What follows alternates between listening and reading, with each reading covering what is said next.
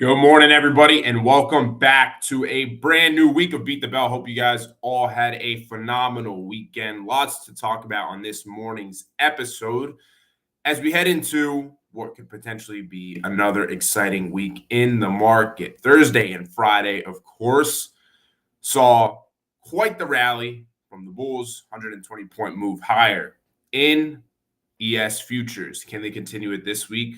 We'll have to see. To talk about it this morning, we've got a loaded panel starting with Diamond Trades. Diamond, good morning. Alejandro, what's going on? Yeah, we have a lot of news this week, so I'm sure that it's going to be quite as eventful as last week. Last week we had a ton of news as well, so it's that time in the calendar where things heat up. Excited. All right. Moe Mamba, good morning. Good morning, Hondo. Boys, good morning. Let's look forward. Bit busy last week, but we'll be more active this week. All right. Stock Snipa, good morning to you. Good morning. God bless America. GBA, all right. Let's go straight into it. Fed forecast, economic calendar. Noah said we got an action-packed week with news. Let's see what we got. Yeah, we have quite a bit of news this week. So we actually have high-impact news every single day this week. Today we've got, starting with ISM, PMI at 10. We've got JOLTS tomorrow at 10 as well. And then on Wednesday, we've got another PMI number at 10. FOMC on Wednesday as well. We have the interest rate decision and then Powell's press conference at 2:30. Thursday, balance trade and initial jobless claims. And then Friday's NFP. So we can expect, a lot of volatility this week. We have 4 or 5 volatility-inducing events. So it should definitely get interesting.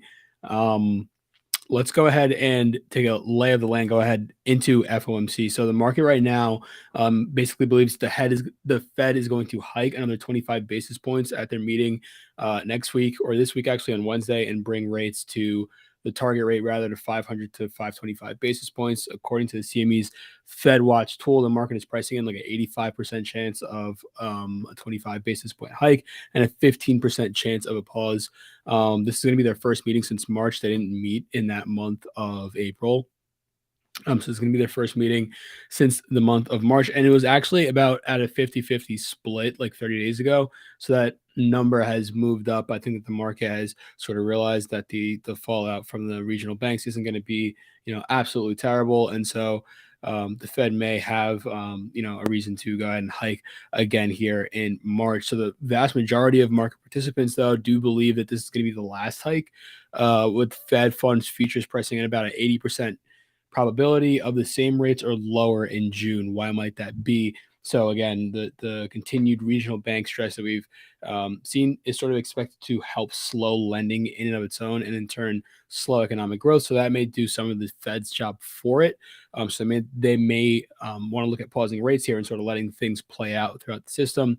Speaking of the regional banks, the FDIC actually announced its plans to take First Republic into receivership on Friday after the close. They announced that after the company reported in their earnings that the whole regional bank scare back in March led to $100 billion of withdrawals from their bank.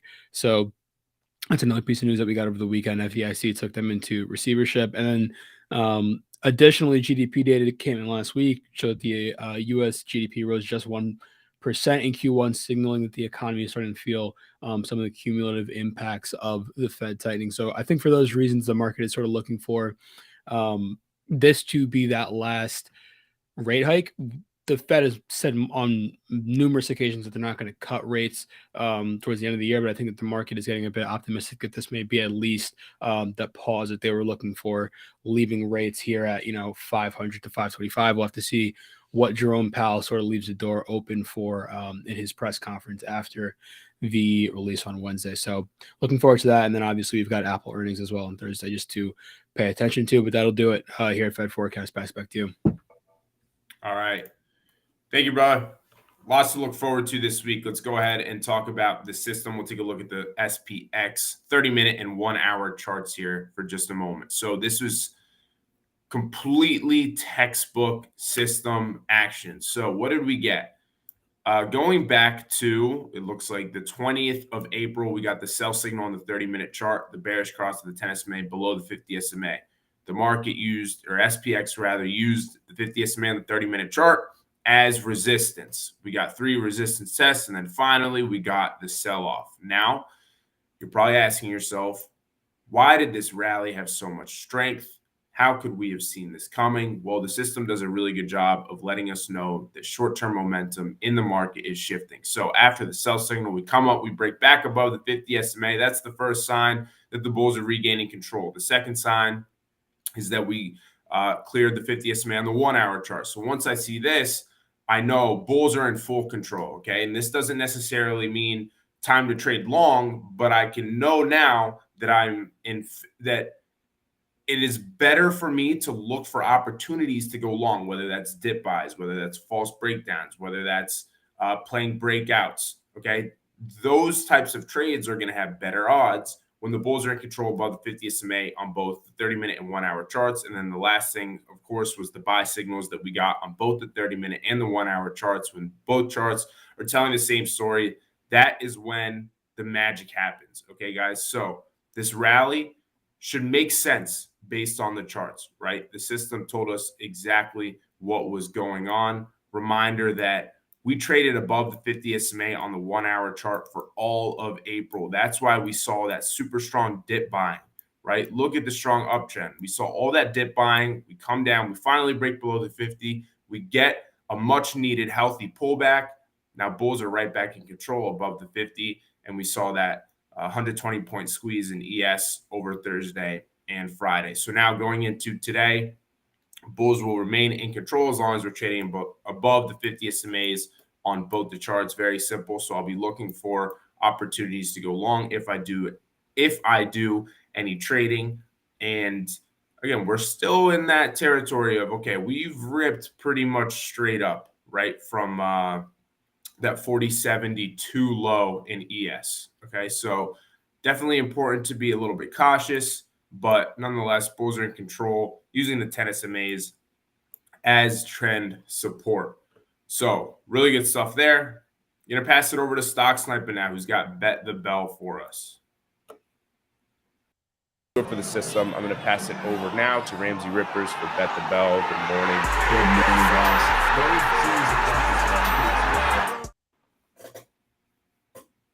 What's up, guys? Today I'm going to be ripping Bet the Bell. I'm going to go ahead and just start it off as typical. Normally the first question that we always ask, green or red today, guys? What do we think? I'm going to have to say, Diamond, what do you think? I'll go with green. I'll go with green. I think it's a tough one just because of the run up, like Alejandro was talking about. But yeah, I'll go with green. Mo. I'm going to go with red today. Red? Honda, what do you say? I'm going green. So we got 2 greens, 1 red. I'm going to have to take red myself. Next question I have, pretty interesting question. Ryan, could you pull up the Unusual Whales tweet that I have here? Commercial vacancy rates are rising, and one thing that I'm noticing is like a lot of people are viewing this as a threat, and then there's other people viewing this as an opportunity. Are we looking at this as a threat, or are we looking at this as an opportunity? Diamond, what do you think? I think it depends who you are, right? If you're in the business of making these commercial real estate loans, then you're probably not super excited about it. But I think if you're in the position of, maybe you're a younger person who's been looking to get into commercial real estate or any sort of real estate really for a long time, and prices have been really high, you may see this, start to see the prices of some of these assets start to come down to a level, particularly if they're distressed, where the investor base can sort of be a little bit more diverse. So I guess we'll have to see what that looks like going forward. I know specifically in areas like San Francisco, this may be more of a threat where it's like, you have things down 80% in terms of like, valuations on some of these buildings. But I think it depends, obviously also like where you are in the country. I'm sure that in some places this can very much be seen as like an opportunity, and others a more significant threat. Yeah, actually out in San Francisco right now, they have a 30% vacancy rate, which is actually 7 times higher than it ever was, even when we were at the COVID low. Pretty crazy there. And one thing I'm also noticing on that San Francisco vacancy rate is it's all commercial real estate, basically skyscrapers, office buildings, that kind of stuff. But Mhm. that building specifically that we're talking about was worth $300 million when it was constructed back in 2018, I want to say. Don't quote me on that. And now, again, it's 80% less than that, which is actually insane. But yeah, I'm going to go ahead and jump over towards the next question. But do you think with Apple last week, making a new year-to-date high, do you think that Apple has a shot of making a new all-time high this year? I'm going to have to start it off with Hondo. So the previous all-time high was like 180 something, 181, 180, 179. 180. and change. Yeah, I mean, I definitely think it has a shot. I mean, we're only 10 points away. Look, I mean, it's also a case of trend. I think if you're really looking at the chart, I mean, the dips have been bought, particularly in this name. It hasn't seen that major sell-off that most of mega cap tech saw late last year. And that to me is clear relative strength, and a lot of people have exhausted a lot of effort trying to call the top on this name, and we know Apple's a juggernaut, and unfortunately for bears up to this point, it continues to slowly grind higher. So yeah, I mean, based on what we're seeing, I think it's pretty clear that it could climb another 10 points and make a new all-time high. I like that answer. Mo, what do you think? Man, it's a tough one because I'm still not bullish on the market overall. But Apple has been hanging on, has been ripping along with the market right now. And like Honda pointed out, it's not too far from all-time highs. I'm going to go with Honda on this one. I think we will make new highs on Apple this year. Yeah. Yeah, in my opinion, I mean, it looks like we really want to do it. We're not far off from it. We do have a lot, like Apple looks like a raging bull right now, in my opinion. And we did smash through that 164.55 level. Next thing up we have on that daily chart, if we look, we don't really have much after until we have one more level at 170.118. But then after that, I think it's a pretty straight shot to 175.9. I'm going to go ahead and ask one last question, though, just because we're going a little quick. But do you think that the Fed will pause, hike, or decrease rates?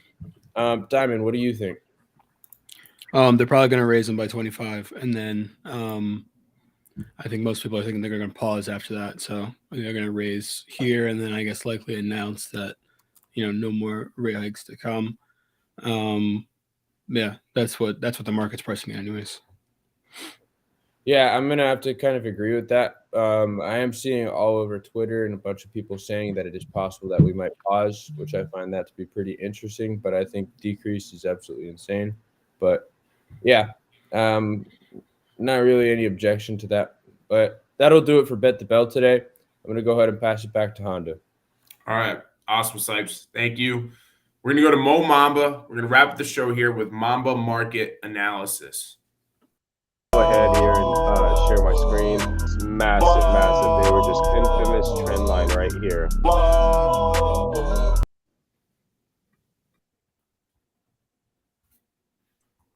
All right. I think my screen's up. Is it up? No. How about now? Is my screen coming up, guys? No, I don't All think right. so. Then there's something wrong with.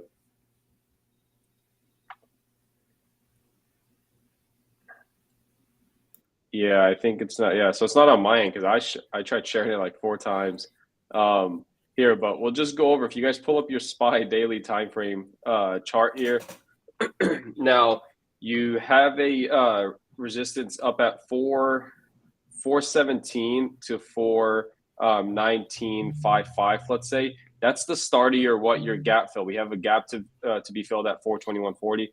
That's where it looks like SPY is heading to. Now I do think we pull back. After hitting this resistance, we come back into where, if you look at April 4th of this year, there's a resistance right about at 411.75. If you guys set a line right there, I think we pull back into 411.75 and then come up and fill that gap, and then we'll see some downside after that, depending on whether we do close above or below the gap fill. You guys know that's one of my favorite setups, gap fill reversal. Have to respect if we test and close below, sure. If we test and close above, I'm not touching it unless we come back down and fail to hold support at that gap fill level. Again, that level is 422, let's say. Let's just round it to about 422. That's what I'll be watching, but I do think we pull back first to 411.75, 412 region, and then we come back up into the daily gap fill on SPY here at 422. That'll be it. Thanks, All Mander. right. Thank you, Mo. Appreciate that as always. That's going to do it for this morning's show, guys. Thank you to everyone who tuned in. If you're watching on the YouTube, be sure to like and subscribe to the channel. That helps us out a lot. We'll be trading live all day in the Kane Capital Discord. You can go to kane-capital.com. We got a 7-day free trial going. Live trading alerts, entries, exits, stop outs, the whole 9 yards.